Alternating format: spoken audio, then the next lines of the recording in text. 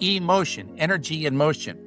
We are choosing our emotions. We are choosing emotions as the gears of life. Emotions are not inferior to reason. They are foundational to reason. Fear is a reaction. Courage is a decision. Is there almost a level that you get to where you become agnostic to the emotions that you're experiencing? If you can put a name to what you're thinking, you suddenly have the edge of command on it. Today's guest is Doug Johnston. Doug is the author of Choosing Emotions, a book built on the back of 9 years of research into over 272 emotional states and consists of thousands of quotes from people across science, philosophy, psychology, art, and history. His work focuses on helping people get better at understanding what they feel and how those emotions shape the way we move through our life. In our conversation, we talk about how you can choose your emotions and how that choice can shape the way you think, act, lead, and move through your life. If you get value from our conversation, be sure to subscribe and share it with a friend. And now please enjoy my conversation with Doug Johnston. Doug, thank you so much for being here. Ian, what a pleasure. Thanks for having me. Absolutely. So Doug, your book is built around the idea that emotions are not just feelings that we experience. You describe them as a part of a system that we use to navigate our life. So before we talk about how we can go about choosing them, I want to understand what they are actually doing. So what is an emotion and our emotional reactions actually doing for us? I love the question. I'll start with a tiny bit of humor. There's an American psychologist by the name of Harriet Lerner. She's written a number of very successful books, and her sort of humorous approach to emotions is sort of, what are they? But she says emotions are like children. We don't want them driving the car, but we can't stuff them in the trunk either. So, nothing like a little humor to kick it off. The normal person, and I may use the term here, average. Nobody's average. Everybody's unique. But a normal or an average person has a few fundamental misunderstandings about emotion. And how do I know that? I know that because I've spent 9 years and somewhere between 8,000 and 9,000 hours working on specific definitions of emotions from experts, thought leaders from all walks of life. They might be artists, they might be scientists, they might be athletes, they might be the wise man at the corner store. But I collected 8,000 quotes from thought leaders to help me generate sort of these observations. So the three fundamental misunderstandings that a normal, and I'll regard you and I as normal people, have about emotions are, number one, how many of them are there? If you were to enter into your Google search bar, how many emotions does the average American believe exist? Depending upon the day in, you would get an answer of either 8 or 28. And in some days, you might get the answer that there are only 6 different emotions.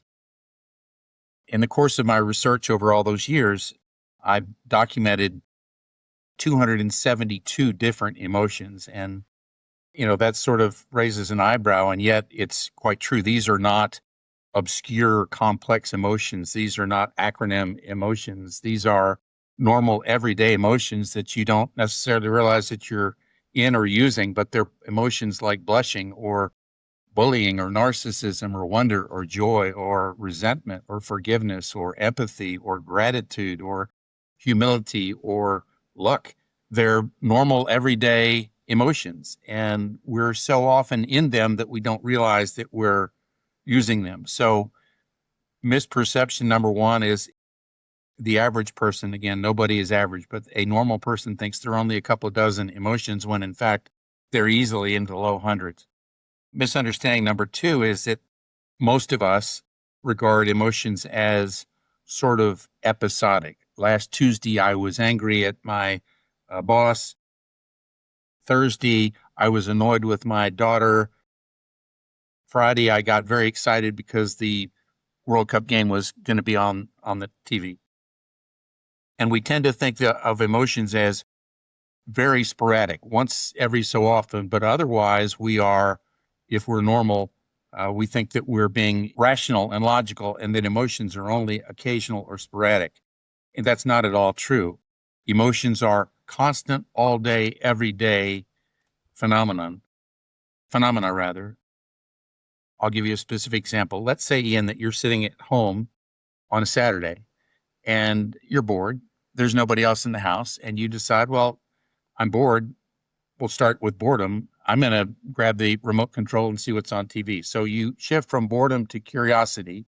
You turn on the TV. You see it's a rerun. You change the channel. You see it's a sporting event where one team is by far ahead of the other. So you're back to boredom again. And you think, well, gee, not much on TV. I wonder what's in the kitchen. So suddenly you shift from boredom to curiosity. You wander into the kitchen, you see the refrigerator, and you go, excitement. I remember that goodie I left in there last night.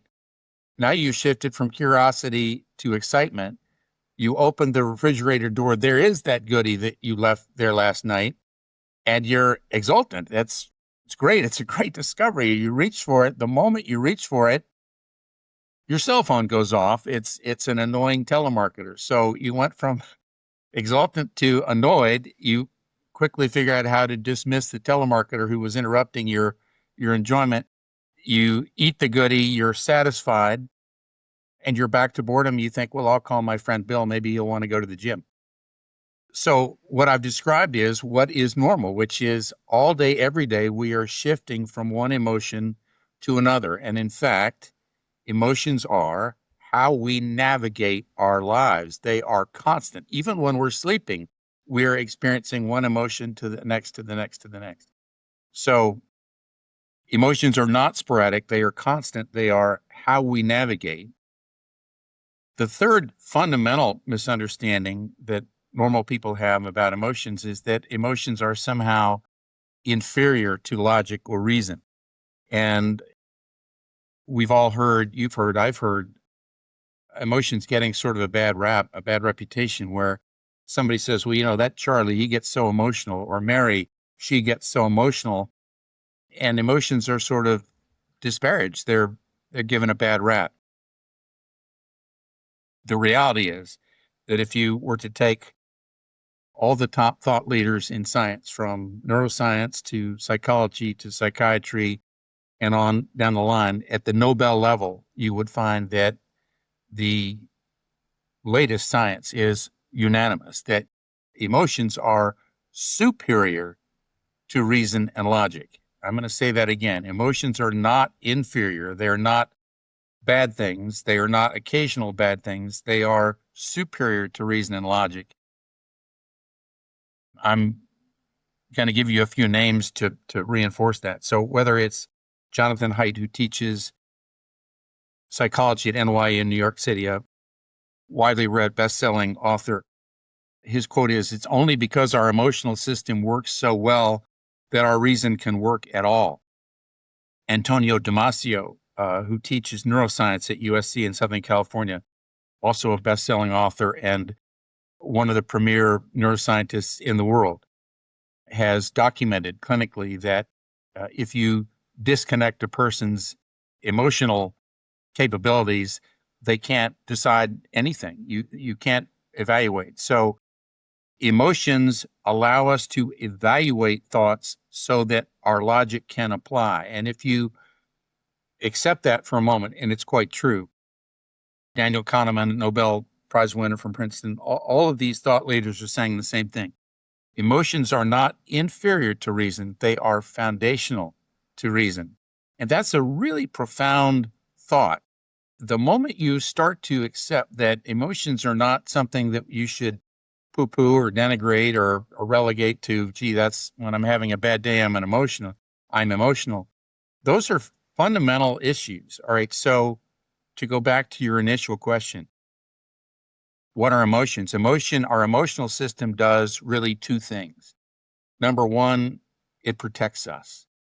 And that only makes sense. If you're a human being, you touch a hot stove, you withdraw your hand, you want to protect yourself. You will use your emotional system to react to things that are bad, of course. You'll react to a hot stove, you'll move away. You'll also move away from somebody who is aggressive or loud or antagonistic. So our emotional system, job number one, always is to protect us. But job number two is, once we're fully protected and not in danger, Emotions allow us to explore new things and advance our lives. That's where we get curiosity, interest, excitement, enthusiasm, love, wonder, joy, zeal, empathy. We are protected, number one, and now we're moving to advancing our lives, number two. And if you see that as job number one, job number two, we can react, but we could also advance our lives. Emotions then become navigational. They are not just occasional things that you experience every Tuesday or Thursday afternoon. They are all day, every day means for us to navigate our lives. When you and I talk with our friends, you may have a buddy who has an issue at work or with a significant other, and you say, well, how did you navigate that scene with your boss? How did you navigate that scene with your spouse or significant other? We are navigating by the use of our emotions. And that's a really important fundamental concept, that we navigate our lives through our emotions. That's echoed by yet another scientist, Lisa Feldman Barrett, who is one of the top most often cited scientists in the world. She teaches psychology and neuroscience at Northeastern University in Boston. All the top minds say the same thing, that we navigate through our emotions. Yeah. So there's a lot more layers to this emotional palette that we experience on a day-to-day basis. And emotions are an ever-present reality, a part of our everyday, every moment lives, right? There's no moment in which you're going to be emotionless. Emotions aren't something that pop up, like you said, every Tuesday and Thursday afternoon. Emotions are an ever-present constant as we navigate our lives. And I think the point that you made about emotions being the foundation in which our logic is applied is a really new idea to me. This idea that our emotional reaction and the emotions that we're experiencing are maybe I'm not saying this quite right, but the emotional reaction that we have or the emotion that we're feeling in a given moment, is it going to color the logic that we then apply, or is it almost going to kind of steer the ship and I apply love the logic? what you just said. I'm gonna help with a somewhat of a little bit of a restatement. What you just said is correct, but I think I can condense it into a few easier words. Without our emotional system to evaluate facts, we can't evaluate facts. So if you think, well, when I'm at my best, I'm always rational and logical and reasonable. No, you can't evaluate facts, which is a better outcome than another, without having your emotional system first in place to evaluate facts. So whether you go back decades ago to the Star Trek TV show where you had Mr. Spock, we all remember him from the reruns. Mr. Spock was a Vulcan who was supposedly always rational, and occasionally he would roll his eyes at these pesky humans who had these emotions. And yet, look at who was the captain of the Enterprise. It was Captain Kirk, who was able to exercise both reason and emotion simultaneously. And that's not a mistake. But to be really clear about it, without an emotional system, you cannot evaluate facts. That's proven empirically at the highest levels of science. Yeah, that makes total sense. I'm just going to kick out an idea here, but usually a rational decision or a rational judgment is deemed rational because it advances the pursuit of some kind of desired outcome, right? And you can't have a desired outcome, a positive thing happen if you have no emotion, right? Because then there's no thing that you would desire, a thing that you would want, or an outcome that you would be striving for. So then there's no rationality, there's no logic without that underlying emotional desire for things to go a certain way. Beautifully said. I love the way you just phrased that. And so I'm going to go back to this notion that our emotional system accomplishes two things, one of which is to protect us. That's job number one. Always it's job number one of your emotional system, protect you. You get bitten by a dog as a child, you will be leery of dogs for quite a while, right? Because your emotional system says, wait a minute, that's something that hurt us before. We don't want to go there. But having said that, once you're comfortable, emotions allow us to express curiosity, wonder. We can fall in love. We can investigate. We can be excited. We can be enthusiastic. They're both things that happen. So if I may, I'm going to share a story about Winston Churchill. You may recall that he was the Prime Minister of England during World War II. It's not that well known that he was also a Nobel Prize winner in literature. So Winston Churchill was not only prime minister, but he was a brilliant speaker and perhaps even a more brilliant writer. But in the early 1940s, England was under nightly bombardment from the Nazis across the channel. They were sending buzz bombs that would literally fly into neighborhoods and simply blow up indiscriminately. You might wake up one morning and find your neighbor across the street had been killed. The bad guys, the Nazis, were trying to scare England into surrendering. The Nazis didn't want England in war. They wanted to scare them away from war, surrender before a war even breaks out. All right. So the average person in England was plenty fearful. And Winston Churchill, again, this was in an era before television. He went on the BBC, the national radio, and he gave a speech that included 8 words that I think are really beautiful and profound. So he's speaking to the nation, a nation that is gripped by fear of nightly buzz bombs. And his quote is this: "Fear is a reaction. Courage is a decision." Let those 8 words sink in. Those are 8 really, really powerful words that really describe the human condition. They describe emotions beautifully in just 8 words. Yes, we react to bad stuff. That would be fear. But we can change our attention. We can decide to be courageous. And, it's no wonder that he won the Nobel Prize in Literature for this and many other things that he wrote.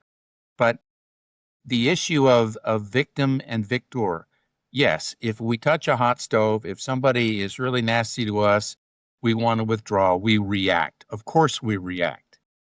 But we can also advance our lives. So if we react, and it is, in many respects, we are a victim. We are receiving something when we react. But we can choose to advance our lives. We can choose courage, or we can choose to change the channel, or we can choose to take a walk and calm down. And that's really that difference between being a victim who is reacting versus choosing and being a victor is really the heart of why I named the book Choosing Emotions. When we are at our best, when we're functioning at our best, we are choosing happiness. We are choosing to pursue things that please us. We're not simply reacting to bad stuff. Yeah, you kind of got to where I was going to go there with the idea that, this statement of fear is a reaction, courage is a decision, paints the picture of your book perfectly, of this idea that we are capable of choosing our emotions, choosing how we're going to react to the events of our lives, right? Choosing, like, acknowledging the fact that we are fear. So I guess getting to the point of how do we actually go about and choose our emotions? How does that actually happen? Thank you. It starts with awareness. So you and I have each been in a car, and we've each been entering a freeway, and somebody cut us off. And I'm speaking for myself, but probably for you too. When somebody does that to you, it's not uncommon to raise your right hand and salute them with a middle finger. I mean, I don't mean to be ugly, but we've all been there. How dare that guy do that, right? But the answer to choosing is to just take a breath and say, you know what? That guy really made me mad. And it's okay to say out loud, the guy just made me mad. But the moment that you take it out of the inner soundtrack of your head and you speak the words, suddenly you're not the effect of it. You're looking at it, and suddenly you gain command over it. So I'm going to add another top scientist, Dr. Ethan Kross, Kross. He teaches psychology at Michigan, one of the top public universities in America, as you well know. Dr. Kross has written 2 New York Times bestsellers, and one of his teachings is self-distancing, that by speaking what you feel out loud, you are not anymore the effect of it, you are more at cause over it. And I will add a quote that I included in the book. It's a quote of my own, which is, if you can laugh at an emotion It does not control you.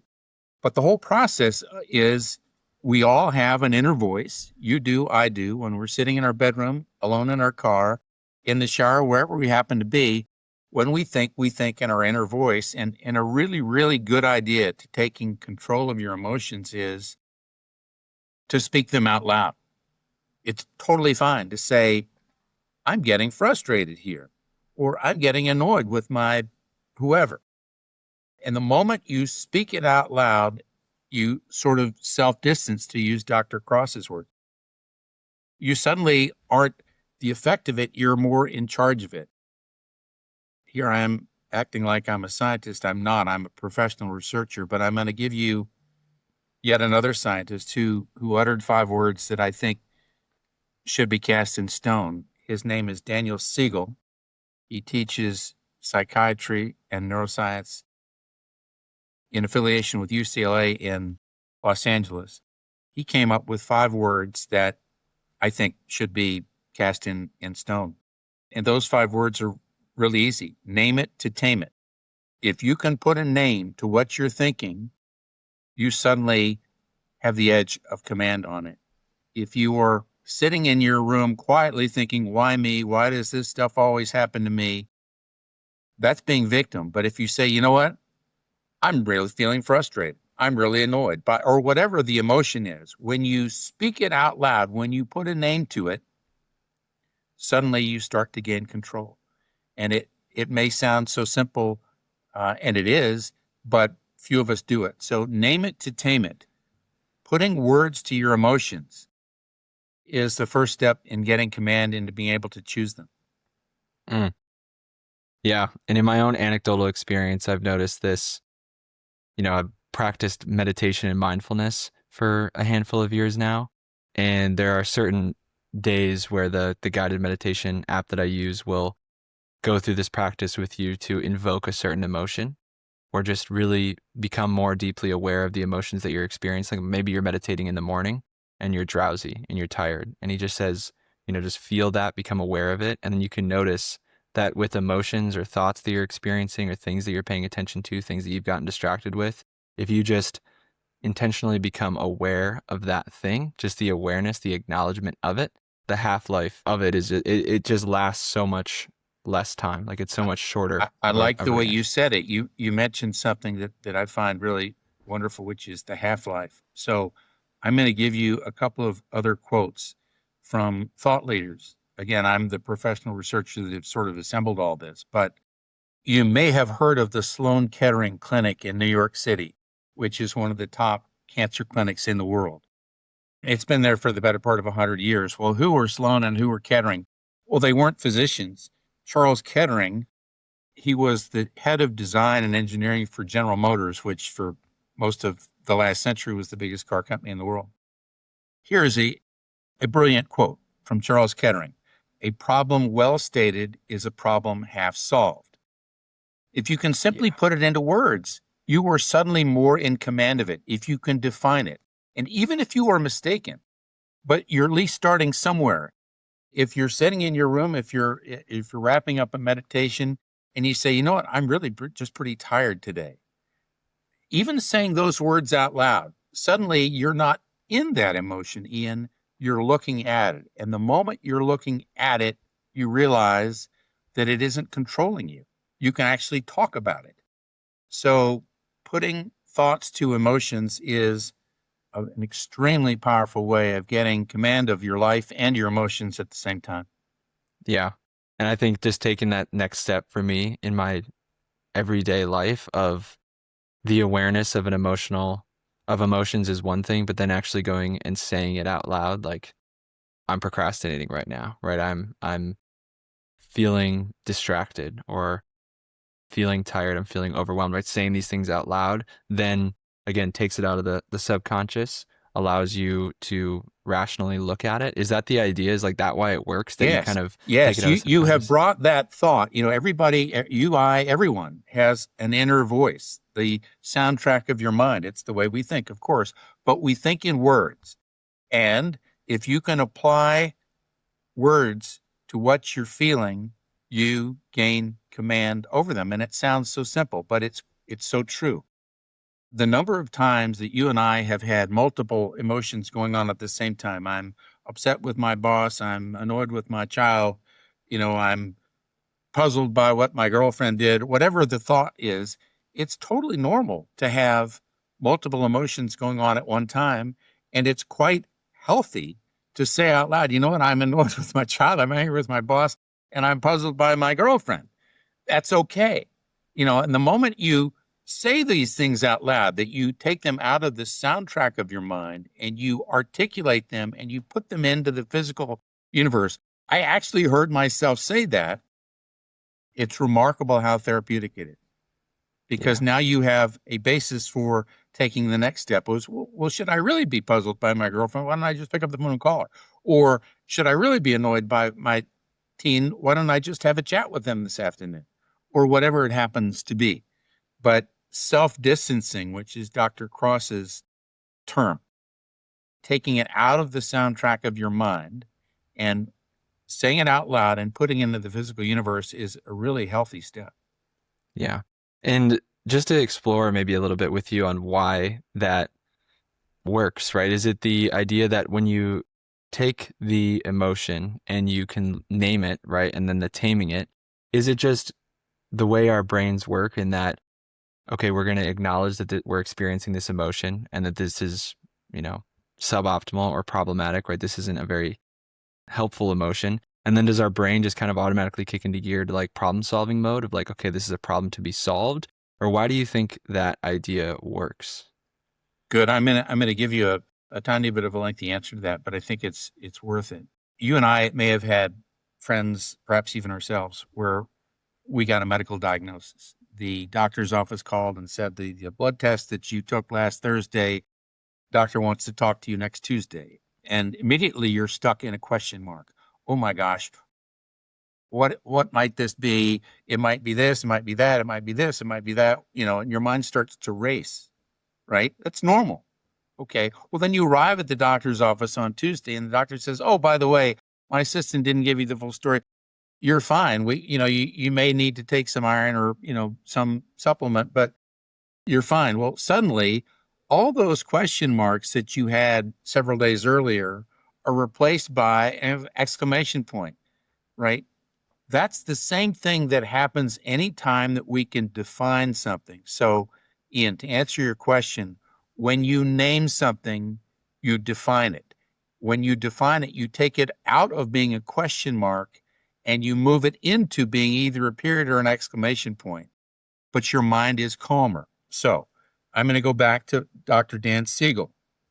Dan Siegel and his colleagues, his clinical colleagues, did testing with process using functional magnetic resonance imaging, fMRI. Here I am throwing a big acronym around, but that's what they did. And what they did was they tested patients on using fMRI technology, that when you could name an emotion, you were calmer. And when you're calmer, you're happier. So they proved empirically, clinically, that when you can put a name on something, which means you're defining it, you're calmer. You're replacing a question mark with an exclamation point.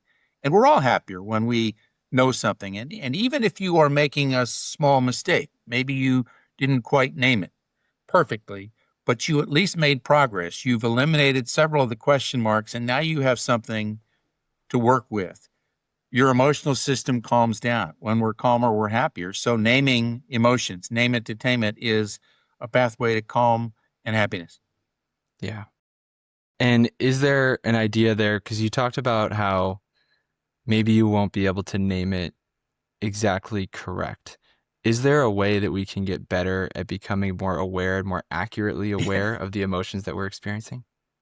I so love your questions. Thank you. So let's imagine for the moment that you or I are going for the first time in our lives to see a therapist. We may have decided that we've reached a problem in our lives that we just can't quite figure out. And so we're sitting in our therapist's office for the first time, and the therapist is doing the therapist's job. And the therapist says, Doug, Ian, what's the problem? I mean, that's, the dialogue will start somewhere like that. And let's say that it's me. Let's say that I'm the one and you're the therapist, and you say, Doug, what What's the problem? Thank you for coming. Well, maybe I've never been in a therapist office before. Maybe I'm a little embarrassed. Maybe I'm a little bit short of words. I'm not quite confident in the whole scene. And you ask me what's troubling me, and I sort of hesitate and I go, well, I'm anxious. That's it. I'm anxious all the time. That's my problem. Well, I've just blurted out that I'm anxious. And so you're the therapist and you make a note to yourself, well, Doug says he's anxious. I guess the issue is anxiety, right? Well, anxiety is something you can deal with, right? I mean, there's a pathway. If I'm suffering from anxiety and you're going to address that it's anxiety that Doug is struggling with, right? But what if the real problem isn't anxiety at all? What if the real problem was that I was a little bit embarrassed to be there and I just blurted out the first thing that popped into my head? What if the real problem is addiction? And I don't mean drug addiction. It could be addiction to sports. It could be addiction to anything, but it's a substitute reality. Well, then that's a really interesting thing because I have, out of embarrassment or otherwise, I've said anxious, anxiety, but the real problem is addiction. All right. Well, what choosing emotions does is it has laid out 272 different emotions as described by 8,000 quotes of thought leaders over 25 centuries. I mean, the latest science going back to the old wise people in ages past. Let's say that you flip alphabetically abundance through zeal. Let's say that you flip to anxiety and you'll find 20 quotes from thought leaders of all walks of life. And suddenly I'm reading through these 20 quotes and I say, that one, number 7, that's exactly the way I feel. Well, suddenly somebody else has helped me put words to my thoughts. And the moment I point to that one, number 7, doctor, that's the way I'm really feeling, then you really know what I'm dealing with. And maybe it isn't anxiety, maybe it's addiction, maybe it's frustration, maybe it's grief. But the book is enormously helpful in providing samples of what thought leaders before you who've experienced those emotions have put to words. And for anybody who is a tiny bit reluctant to express their emotions, it's enormously helpful to spot a sentence and say, gee, I had no idea that Albert Einstein ever suffered in his life. Leanne, every single person on the face of the earth has suffered. So we're not alone. I mean, everyone has experienced anxiety. Everyone has experienced frustration or grief or enthusiasm or joy or wonder.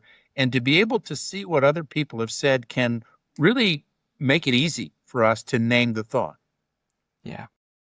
Yeah, suffering is just one side of the spectrum that gives life its color, right? And the idea of being able to, just not really maybe necessarily having the awareness of the full spectrum or the full palette of emotions, right, can be the thing that gets in the way of you being able to accurately, name it in order to tame it, right? So being equipped with the information that comes in your book, Choosing Emotion, is what, will give you the awareness of the possible palette of emotions that exist.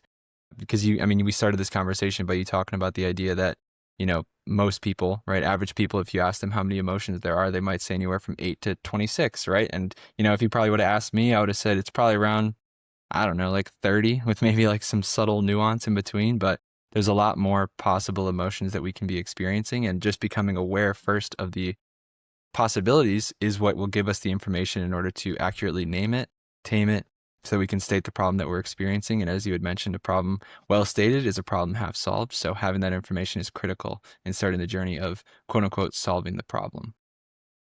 You used a perfect word there, which is awareness. A friend of mine, I sent him the book.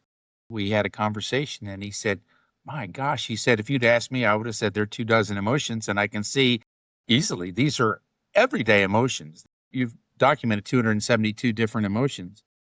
And a lot of the quotes are a joy to read. They are laugh out loud funny. But he said, that's a lot like sitting down at a piano that has 272 keys and only playing 24 of them. You're going to play some music, but you're not going to play a symphony. You're not going to play the really best music that you might if you were aware that there are many more emotions. And the simple truth is, There's no emotion in this book that you haven't seen or thought of, but you probably just weren't quite aware that, yeah, that really is an emotion. Grief is an emotion, and empathy is an emotion, and narcissism is an emotion, and resentment is an emotion. How interesting it is to see how other people dealt with those emotions and how often that will sort of dislodge you from being unstuck. You go, gosh, I'm not the only person that ever felt this way. Yeah. Look at that. That's a wonderful thing. And you may have your own expressions. Well, that person was pretty close, but the way I really feel is this way. All of a sudden, you are now in command. You are defining things. You are putting words to your emotion, and your life starts to shift happily. Yeah. And as you're sharing that, I think of a time in my life where I was building my first business, which is a marketing agency. This is about 4 or 5 years ago. And I remember we're 2 years into this.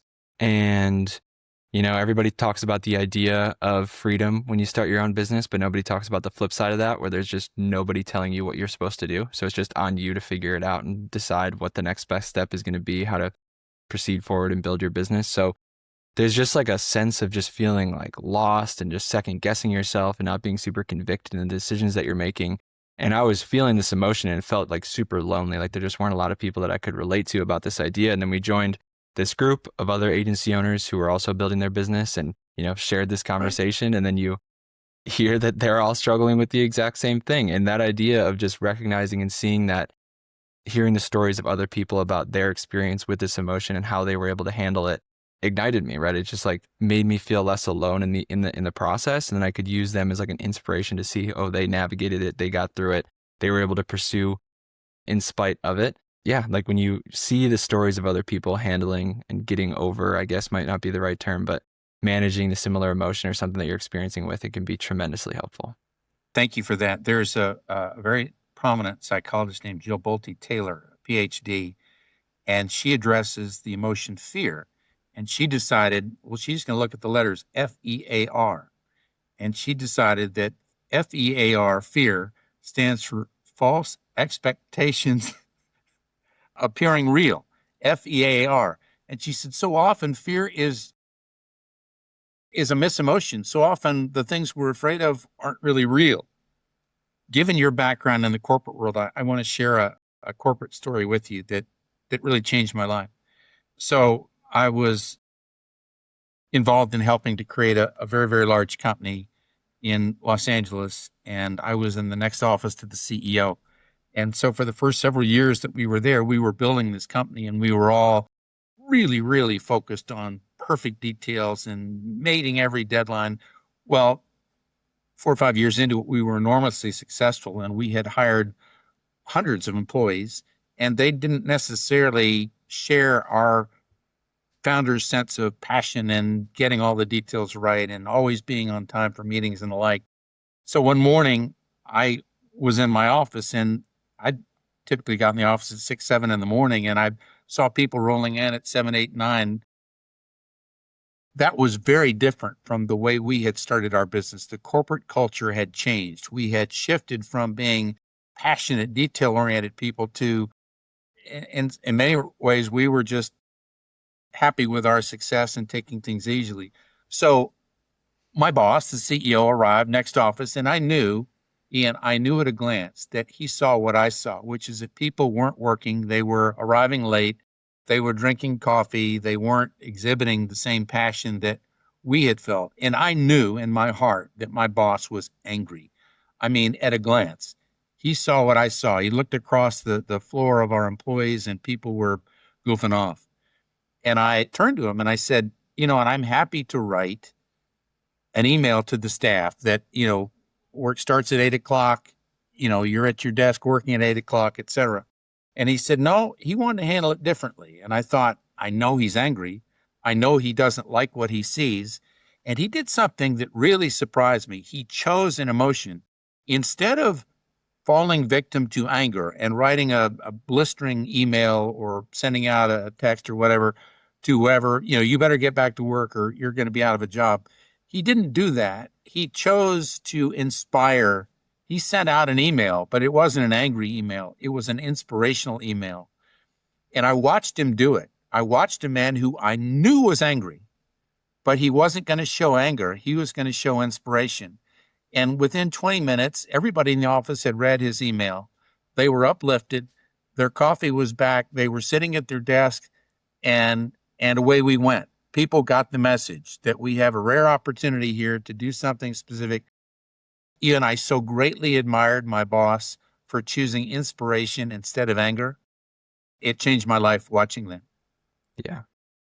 Yeah. There's something interesting to explore there about how powerful different emotions are in leading and inspiring other people, right? Choosing inspiration instead of fear to be the, the carrot, the stick that you use to kind of uplift people and infuse energy within your organization.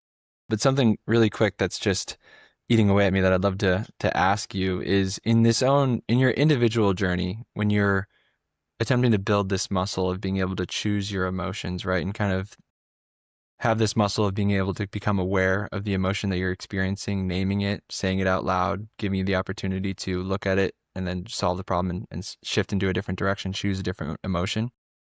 Is there a level that you get to where there's like you almost become agnostic to the different emotions that you're experiencing, right? There's like you don't see the emotions that you're experiencing as positive or negative, but you just kind of see the emotions for what they are as just this natural kind of reaction. Is there almost a level that you get to where you become agnostic to the emotions that you're experiencing?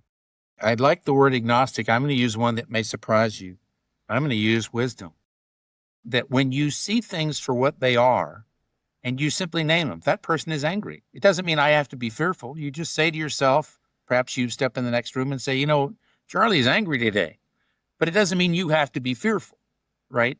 When you can call it not only in yourself, but in others for what it is, suddenly you're just a lot calmer and you're a lot better able to deal with life. You're going to be happier. And I used the word wisdom a moment ago. There's a wonderful phrase, quote in the book: nobody becomes wise by accident. You have to decide you want to become a master of living. And when you're able to name your own emotions and the emotions of other people around you, and not necessarily be frightened or afraid or fearful or anxious or depressed, you just call them for what they are, life suddenly becomes easier. That's a really profound thought. I love the way you asked the question, but you talked about being agnostic. Yes, it's being agnostic, but it is simply calling it for what it is. Doesn't mean you have to be that way. Doesn't mean they have to be that way. It just means that's the condition that exists at the moment. And once you can do that, your life is much calmer and happier. Yeah.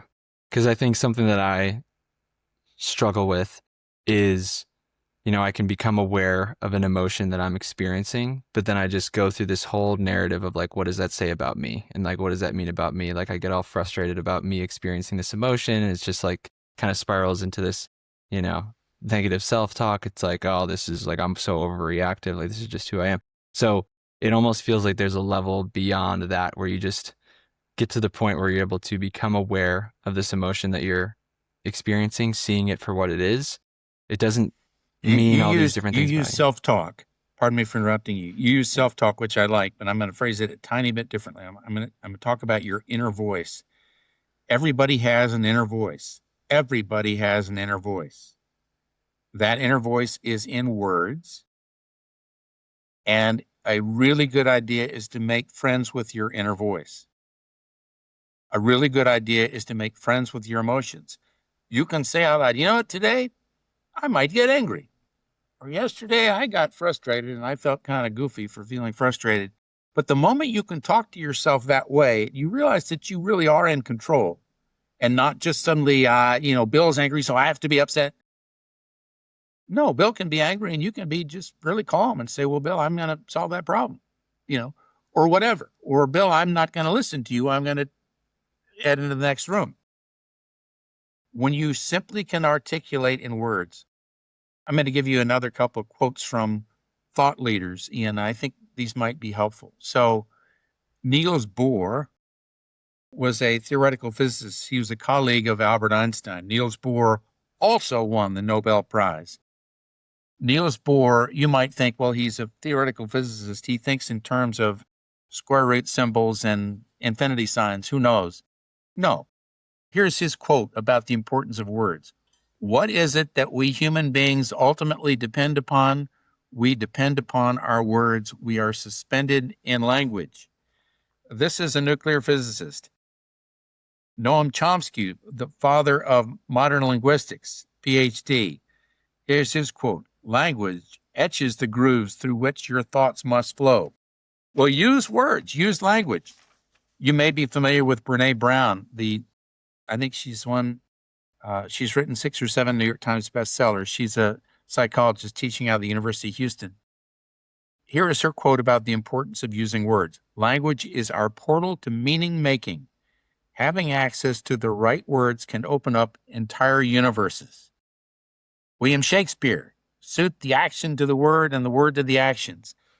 Understanding that you have an inner voice, putting words to your emotions and your thoughts is one of the most healthful things you can possibly do. And it's so simple, we overlook it. We're angry. We don't even realize we're angry. We slapped into anger, name it to tame it. So attaching words and the book, obviously, 8,000 quotes, 272 different emotions, helps that. It helps you see what others have experienced and helps you put into words what you might be feeling. And the number of times, Ian, that you will laugh out loud at funny quotes that you never thought that person who you thought was utterly serious could say something so funny. Humor is a great solvent. Laughing at ourselves can be a great solvent. Yeah, we're 100% just not taking yourself so seriously. And I don't think I've mentioned this already, but yeah, choosing emotions, the link is in the description. Go check it out if anything that we've talked about resonates with you and you want to learn more about how to build this skill, build this muscle, and 272 different emotions, 8,000 quotes, laugh out loud funny. That sounds like a good one to have in the library that you can kind of pull and just whip through at any given time. But yeah, link in the description. But something that I think is worth saying directly, just because this is something that struck me when you were giving your last answer, is this idea that I don't know that there's any more powerful fuel or energy source than emotions. Like, I guess if we're just looking at emotions or rational, logical information, emotions is what gives us life and gives us energy and is the fuel for our fire in pursuit of wherever we're going, right? Emotions are the things that give us energy in our day-to-day life, and that can be applied through, your individual life or your team, your organization that you're building. So it's the emotional side of yourself and the people on your team that is going to inspire that action. Obviously, inspire is an emotion, but is what's going to create that action. It's going to be the fuel for the fire. So really building this ability to choose your emotions and, fuel your fire with the energy source, it's going to lead you in the direction that you want to go in your life. Because obviously, just like whatever fire you cook your steak with is probably going to, or whatever wood you use to cook your steak with is going to give it a little different flavor. The emotions that are running your life and is the fuel source that you use in your day-to-day life is going to lead you in a very different direction, right? If you use fear, anxiety, those kinds of emotions to run your life and is the fuel for your fire that creates the action that you exhibit on a day-to-day, it's going to take you in a much different direction than like curiosity or love or inspiration. So this is a really, really fascinating idea that I had never considered, that the emotions are the fuel source of our daily life, and whatever emotions it is that we choose are going to be very important in the direction and where we end up. So beautifully said. So let's look at the word emotion. Where does it come from? It's energy in motion, emotion, energy in motion.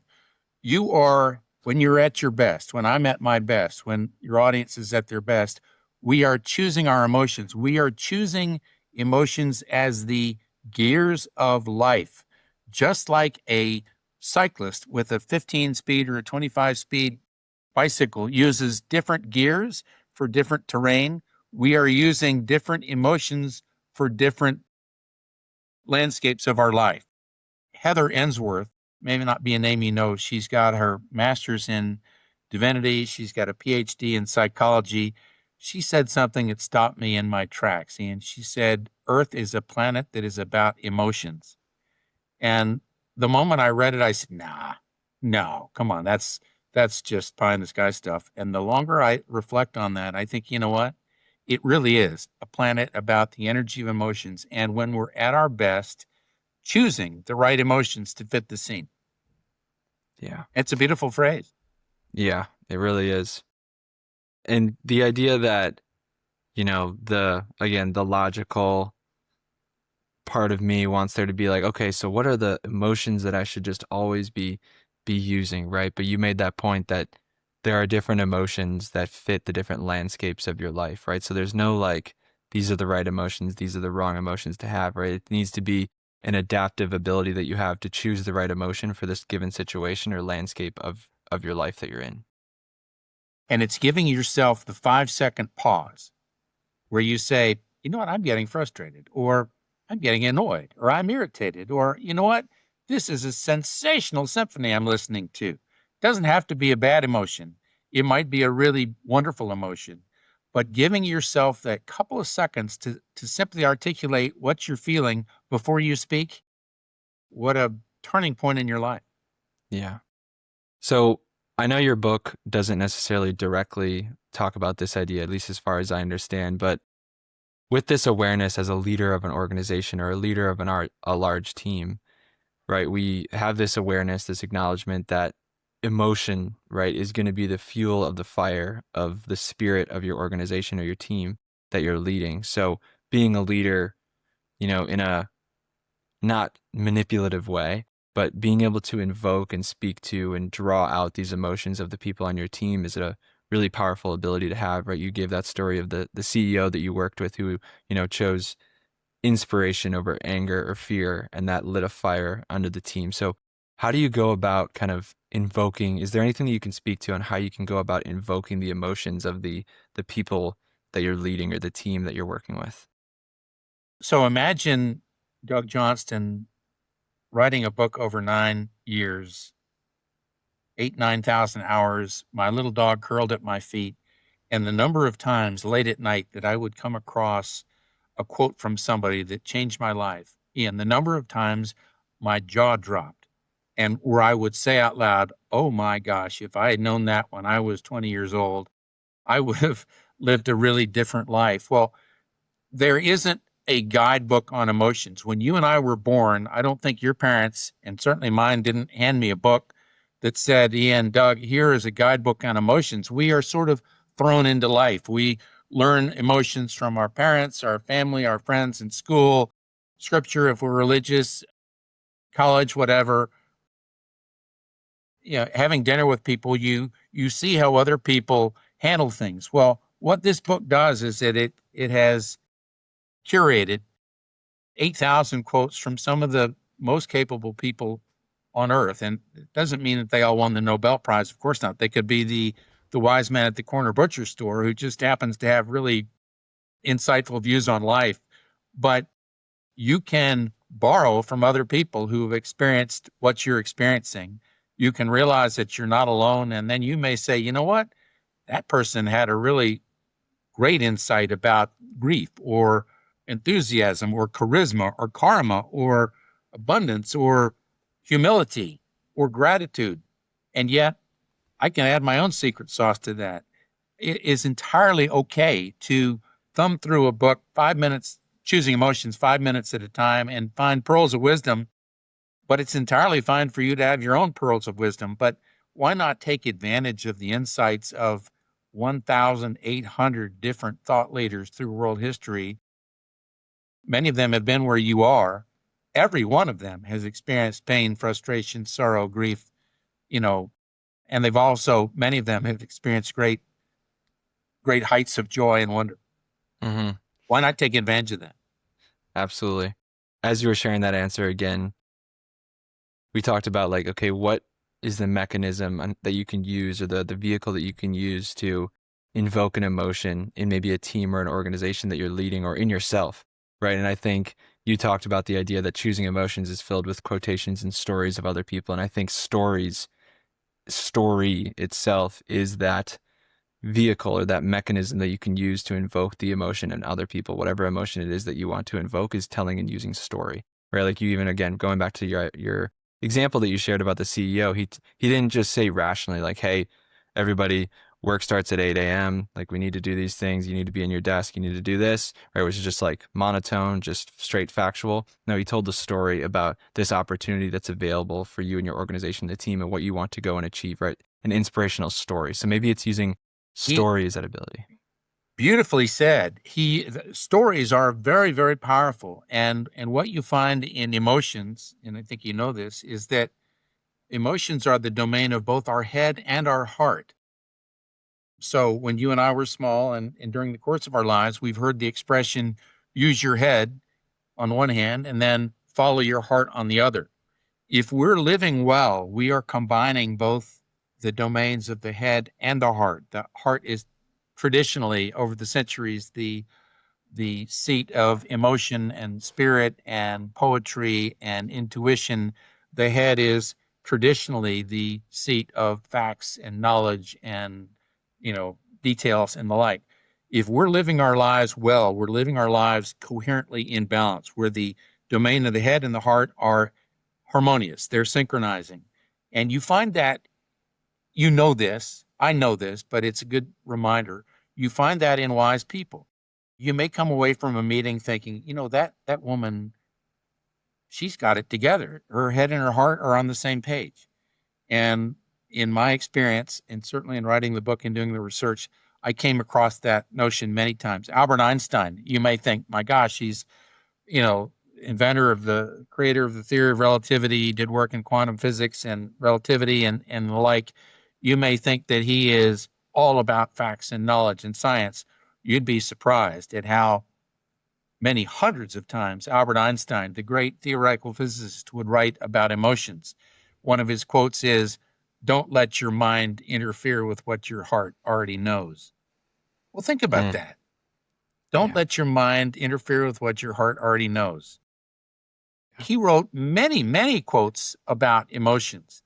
And you might think, wait a minute, isn't he the physicist? Yes, he is. But he also had wise insights about the human condition.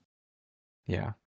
Yeah. And a conversation around, what different emotions are telling us is probably another conversation for another day. Would love to have you back, Doug. Thank you so much for the time. I have one final question for you. Before we get to that, how can people find you?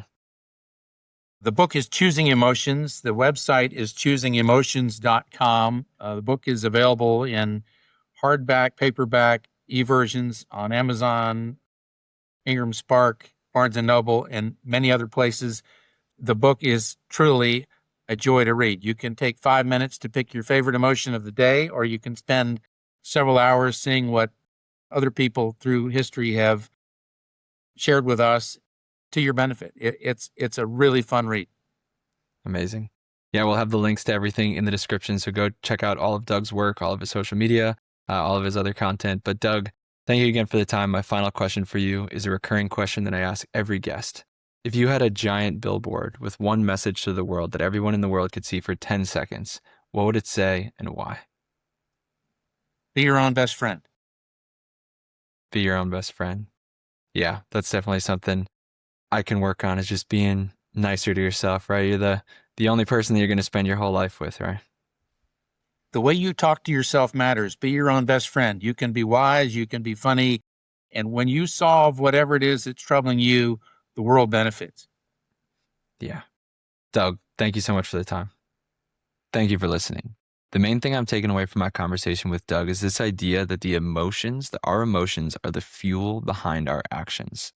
They are what move us to do something in the first place. And the emotion we act from matters because different emotions can push us into different directions. Much like how the different logs that you cook with will generate a different flavor on the steak you're cooking. I hope that makes sense. But beyond that, Doug has found a way in his work that we can actually get better at choosing the emotions, or AKA the fuel, that we are operating from, right? And it all starts by noticing what we are feeling, naming it, and giving ourselves enough space to decide whether that emotion is what we want to act from, right? So just kind of creating space, holding the emotion, just becoming more aware of the emotion we're feeling, which requires us to have the name for it, right? So the fact that there's a palette of 272 different emotions. So having the awareness of the different emotions we can be feeling, give us the inventory of names that we need to be able to name the emotion we're experiencing, and creating the space and time to be able to investigate that emotion and decide, is this the emotion that I want to be acting from right now? And if not, being able to switch to something else, right? If we can consciously choose our emotions, which is just so fascinating. If you want to get connected with Doug, you can find the links to his website and his book in the description of this episode. And if you're an author or a coach and you want to make it easier for your clients to follow through and engage with the ideas that you teach, I put a resource in the description that will help you build more execution support in your program without adding more of your time. Thank you for listening, and I'll see you in the next one.